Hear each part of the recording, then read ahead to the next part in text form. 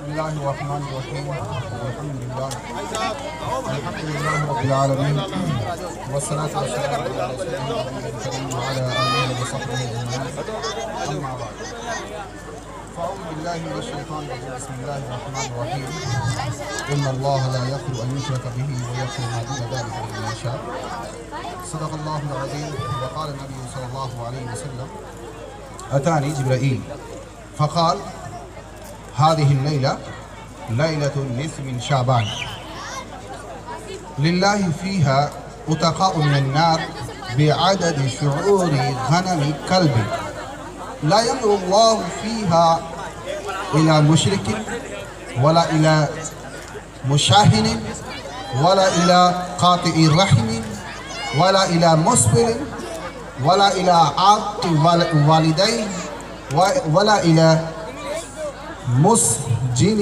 خمر مدمن خمر او كما قال علیہ الصلوۃ والتسلیم۔ قابل قدر مہمانان نظام اور لائق احترام علماء ذی وقار، خاص طور پر استاذ محترم حضرت مولانا افضل صاحب کیموری دامت برکاتہم العالیہ، آپ سبھی حضرات سے گزارش ہے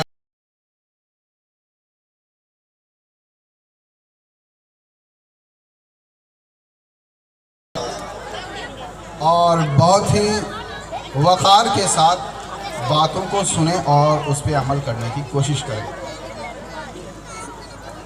یہ جو رات ہے یہ رات بہت ہی مبارک ہے اور آپ علیہ الصلوۃ والسلام نے اپنی حدیث کے اندر اس کی عظمت کو بیان کیا۔ میں نے جو آپ حضرات کے سامنے حدیث پیش کی ہے، اس حدیث میں جناب نبی کریم صلی اللہ علیہ وسلم ارشاد فرما رہے ہیں کہ میرے پاس جبریل امی تشریف لائے اور انہوں نے کہا کہ یہ رات یعنی شعبان کی نصف شعبان کی جو رات ہے، اس رات اللہ تبارک و تعالی جہنم سے بہت سے لوگوں کو آزاد کرتے ہیں۔ کتنے لوگوں کو؟ قبیلہ کلب کی بکریوں کے بالوں کے برابر لوگوں کو جو ہے بخشتے ہیں۔ اور اللہ رب العزت رحمت کی نظر سے نہیں دیکھتے ہیں چند لوگوں کو۔ اب وہ کون کون سے لوگ ہیں؟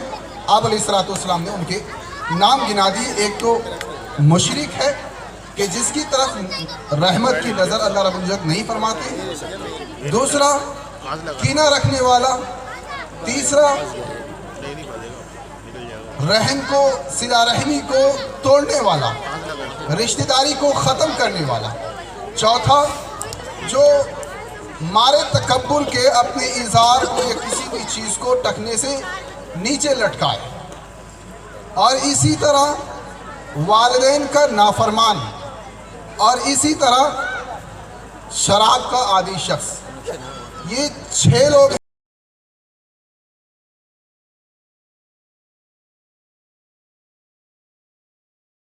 رات کے اندر بھی، جس رات کے اندر اللہ کی رحمت نچھاور ہوتی ہے اور بہت سے لوگوں کو جہنم سے آزاد کیا جاتا ہے، لیکن اس طرح کے لوگوں کو آج کے رات بھی کوئی بخشش نہیں، کوئی ان کے ساتھ نرمی نہیں، کوئی ان کے ساتھ جو ہے نرمی کا کوئی معاملہ نہیں۔ یہ جو رات ہے، اس رات میں اللہ رب العزت سورج کے غروب ہوتے ہی اور سورج کے نکلنے تک سماوی دنیا پر تشریف لے آتے ہیں اور ندا لگاتے ہیں۔ کیا ندا لگاتے ہیں؟ اعلیٰ حل من مستغفر اغفر له، اعلیٰ حل من مسترزق ارزق له، کیا کوئی ہے جو مجھ سے مغفرت طلب کرے اور میں اس کی مغفرت کر دوں؟ کیا کوئی ہے جو مجھ سے رزق طلب کرے اور میں اسے رزق دوں؟ کون یہ آواز لگا رہا ہے؟ وہ اللہ جو ساری کائنات کا خالق اور مالک ہے، جو ہماری نگاہوں سے نظر آئے جو نظر نہ آئے، ہر طاقت سے اوپر اس کی طاقت ہے، سارے نظام کو چلانے والا. کیا کہہ رہا ہے؟ حل من مستغفر، کیا کوئی ہے مغفرت کو طلب کرنے والا کہ میں اس کو مغفرت کروں؟ اپنے چاہنے والوں کو نہیں آواز دی جا رہی ہے، اپنے مقربین کو آواز نہیں دی جا رہی ہے. آواز کس کو دی جا رہی ہے؟ آواز دی جا رہی ہے پاپیوں کو، آواز دی جا رہی ہے مجرموں کو، آواز دی جا رہی ہے اللہ اور اس کے رسول کے حکموں کو توڑنے والوں کو. اعلیٰ حل میں مستغفر، کوئی ہے جو مجھ سے مغفرت طلب کرے، جو مجھ سے معافی مانگے کہ میں اسے معاف کر دوں. ایسا کیوں؟ ایسا اس وجہ سے ہے کہ کوئی بندہ مجرم ہوتا ہے، کوئی بندہ باغی ہوتا ہے، نافرمان ہوتا ہے، عاصی ہوتا ہے، تو وہ اپنے آقا کے سامنے، اپنے مالک کے سامنے جاتے ہوئے جھجکتا ہے، گھبراتا ہے کہ میں نے اس کے حکموں کو توڑا، میں نے اس کی باتوں کو اپنے پیروں تلے روندا، میں کس منہ کے ساتھ اس کے سامنے جا کر کھڑے ہوں، میں کس منہ سے اس سے کچھ مانگوں، اس سے کچھ سوال کروں. ایک چھوٹا سا شاگرد، کوئی طالب علم بھی اگر اپنے استاد کی نافرمانی کر دے، اپنے استاد کے حکموں کو توڑے اور ناراضگی کا سبب بنے، تو وہ طالب علم اپنے استاد کے سامنے جاتے ہوئے گھبراتا ہے، جھجکتا ہے. اسی طرح گنہگار بندے بھی جن کی زندگی سر کے بال سے لے کر کے پیر کے ناخن تک گناہوں میں ملوث ہیں، جھجکتے ہیں، گھبراتے ہیں. تو اللہ رب العزت کہہ رہے ہیں گھبرانے کی ضرورت نہیں ہے. کوئی ہے جو مجھ سے معافی طلب کرے کہ میں اس کو معاف کروں؟ در حقیقت یہ صدا اور یہ اعلان لگا کر اللہ رب العزت یہ بیان کرنا چاہتے ہیں کہ اے میرے بندے، تو گناہ کرنے کے بعد کبھی بھی میری رحمت سے مایوس نہ ہونا. اگر تو اپنے کاندھے پر سمندر کی جھاگ کے برابر یا زمین سے آسمان کی خلا کے برابر بھی گناہوں کا بوجھ لاتے ہوئے آئے گا تو تو میری رحمت کو اپنے گناہوں سے کہیں زیادہ پائے گا. یہ وجہ ہے کہ اللہ رب العزت کہتے ہیں اعلیٰ حل من مستغفر اغفر لہ، کیا کوئی ہے مغفرت طلب کرنے والا کہ میں اس کی مغفرت طلب کروں اور رزق سوالی کو میں رزق عطا کروں. ہماری آنکھیں، ہمارا ذہن کچھ بھی کہے کہ ہمیں رزق یہاں سے ملتا ہے، ہمیں رزق اپنی محنت سے ملتا ہے. نہیں، رزق اگر کہیں سے ملتا ہے وہ تو صرف اور صرف اللہ رب العزت کی مرضی، اس کی منشا، اس کی تقدیر سے ملتا ہے.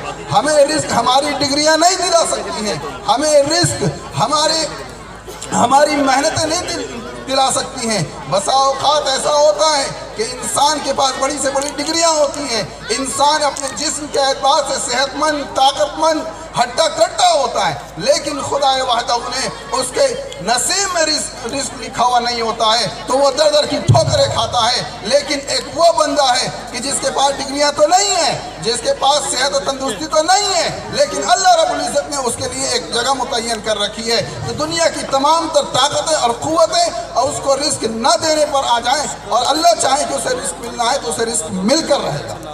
تو اللہ رب العزت ندا لگا رہے ہیں حل من مستغفر حل من مسترزق، کوئی ہے جو معافی طلب کرے، کوئی ہے جو رزق طلب کرے. ہم رزق کی طلب میں کیسے مارے در کی ٹھوکریں کھا رہے ہیں اور کیسے لوگوں کے سامنے ذلیل و خوار ہو رہے ہیں. تو آج جو ہے یہ مقدس رات ہے کہ اس رات کے اندر ہم اپنے گناہوں کو اللہ کے سامنے رکھ کر معافی مانگیں. آج وہ رات ہے کہ ہم اللہ کے سامنے اپنے رزق کا سوال کریں، اپنی زندگی کے اندر خیر و برکت کی دعائیں کریں. اللہ رب العزت اس رات کے اندر جو اپنی رحمت بہت عام کیے ہوئے ہیں، لیکن اس عمومیت کے باوجود بھی چند لوگ ایسے ہیں کہ اللہ رب العزت ان لوگوں کو کبھی معاف نہیں کریں گے. نمبر 1 مشرک، جس کے بارے میں فرما دیا کہ ان اللہ لا یغفر ان یشرک بہ ویغفر ما دون ذلک لمن یشاء. اللہ رب العزت شرک کرنے والے کو معاف نہیں کریں گے. شرک کا مطلب کیا ہے؟ شرک کا مطلب یہ ہے کہ اللہ رب العزت اپنی ذات کے اعتبار سے، اپنی صفات کے اعتبار سے جیسے ہیں، اللہ کی ذات میں یا اللہ کے صفات میں کسی بھی مخلوق کو شریک نہ کرے۔ اگر رائی کے برابر بھی، رائی کے دانے کے برابر بھی اللہ کی صفات کے اندر کسی کو شریک کیا گیا تو اس نے کتنی ہی ساری نمازیں کیوں نہ پڑھی ہوں، روزے کتنے ہی رکھے ہوں، اور زکوٰۃ و خیرات اور نیکی کے اعمال کتنے ہی کیوں نہ ہوں، لیکن وہ پھر اللہ کی رحمت سے محروم ہو جائے گا۔ وہ جنت، جس جنت کی خوشبو کے بارے میں کہا جاتا ہے کہ 500 سال کی مسافت کے بقدر دور سے ہی جنت کی خوشبو کو آدمی پالے گا، جنتی شخص اس کو محسوس کر لے گا، لیکن یہ شرک اپنے دل میں چھپائے ہوئے شخص جو ہے اس کی خوشبو کو نہیں پا سکتا۔ ادنا ذرہ برابر بھی اگر کسی کے دل کے اندر شرک ہوگا۔ اور اسی طرح کینہ اور حسد رکھنے والا بھی اللہ کی رحمت سے محروم ہے۔ خیر، میں نے حدیث پیش کی اور حدیث میں چند لوگوں کے میں نے نام لیے۔ اللہ رب العزت ہمیں ان لوگوں سے محفوظ رکھے، ان لوگوں کی صف میں ہمیں نہ داخل کرے۔ رہی بات یہ کہ جو اتنی مقدس رات ہے، اس رات میں آخر کرنا کیا ہے، کیسے ہم اس رات کی عظمت کو حاصل کر سکتے ہیں، اللہ رب العزت کی برکت کو ہم کیسے حاصل کر سکتے ہیں، تو اس کے سلسلے میں جو کچھ نبی کریم صلی اللہ علیہ وسلم سے ثابت ہے وہ 3 چیزیں، 2 قولی ہیں اور 1 فعلی ہے۔ قولی یہ ہے کہ آپ علیہ السلام کا ارشاد ہے قوموا لیلہا، اس کی رات کو جاگو، وصوموا نہارہا، اور اس کے رات اور اس کے دن کو روزہ رکھو۔ یہ 2 کام۔ تیسرا کام جو آپ علیہ السلام کے فعل سے یعنی عمل سے ثابت ہے، وہ عمل سے ثابت یہ ہے کہ آپ علیہ السلام اس رات کو قبرستان گئے تھے، تو غیر ضروری سمجھتے ہوئے زندگی کے کسی بھی حصے میں قبرستان کو جانا چاہیے، اپنے مردوں کے لیے دعائیں مغفرت وغیرہ کرنی چاہیے۔ رہی بات یہ کہ راتوں کو جاگنے کو آپ علیہ السلام نے تعلیم دی ہے، تو ہم راتوں کو جاگیں گے کیسے؟ کیا کچھ عمل کر کے؟ کیا ادھر ادھر گھوم کر کے چائے کے اور کافیوں کے مزے لے کر کے رات گزارنی ہے؟ نہیں۔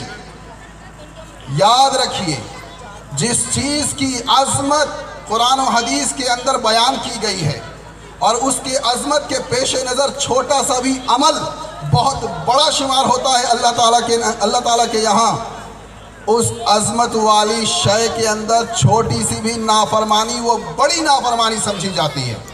تو اس لیے اس رات کو اگر جاگنا ہے تو ہم اس طریقے پر جاگیں جو طریقہ اللہ اور اس کے رسول کو محبوب اور پسندیدہ ہے۔ ہم رات کو اس طرح نہ جاگیں جو اللہ اور اس کے رسول کو محبوب اور پسندیدہ نہیں ہے، اس کی ناراضگی کا سبب ہے۔ کیوں؟ اس لیے کہ پھر ہمارا رات کا جاگنا بھی بیکار ہو جائے گا اور اللہ کی نگاہ کے اندر ہم مبغوض بھی ہوں گے، نافرمان بھی ہوں گے۔ رہی بات یہ کہ جاگیں کیسے؟ جاگنے کے سلسلے میں یہ ہے کہ کوئی بھی عبادت متعین نہیں ہے۔ جاگنا ہے تسبیح کے ذریعے سے، جاگنا ہے نمازوں کے ذریعے سے، جاگنا ہے قرآن کریم کی تلاوت کے ذریعے سے، جاگنا ہے ذکر خیر کے ذریعے سے۔ حدیث کے اندر آتا ہے کہ اذا مررتم بریاض الجنہ فارعوا، کہ جب تم جنت کی کیاریوں سے گزرا کرو نا تو تھوڑا چر لیا کرو۔ صحابہ نے پوچھا وما ریاض الجنہ یا رسول اللہ، جنت کی کیاریاں کیا ہیں یا رسول اللہ؟ آپ علیہ السلام نے فرمایا حلق الذکر، ذکر کے حلقے ہیں جہاں دین کی باتیں ہو رہی ہیں۔ اگر ہمارا یہاں پر آنا دین کی باتوں کو سننے کا تھا، اور یقیناً یہاں پہ آنا ہمارا دین کی باتوں کو کہنا اور سننا تھا اور اس کے مطابق عمل کرنا تھا، یقیناً ہمارا رات میں یہاں پر جاگنا یہ اللہ کے یہاں محبوب اور پسندیدہ ہے، اور ہمارا جاگنا صحیح نہج پر ہے اور صحیح مقصد کے تحت ہے۔ اور اگر ان مقاصد کے علاوہ ہمارا یہاں پر رات میں جاگنا ہے یا کہیں اور پر جاگنا ہے تو خدا را ایسے رات کے جاگنے سے کوئی فائدہ نہیں ہے، جا کے اپنے گھر میں آرام کریں۔ انہی چند باتوں کے ساتھ اپنی بات کو ختم کرتا ہوں۔ وآخر دعوانا ان الحمدللہ رب العالمین۔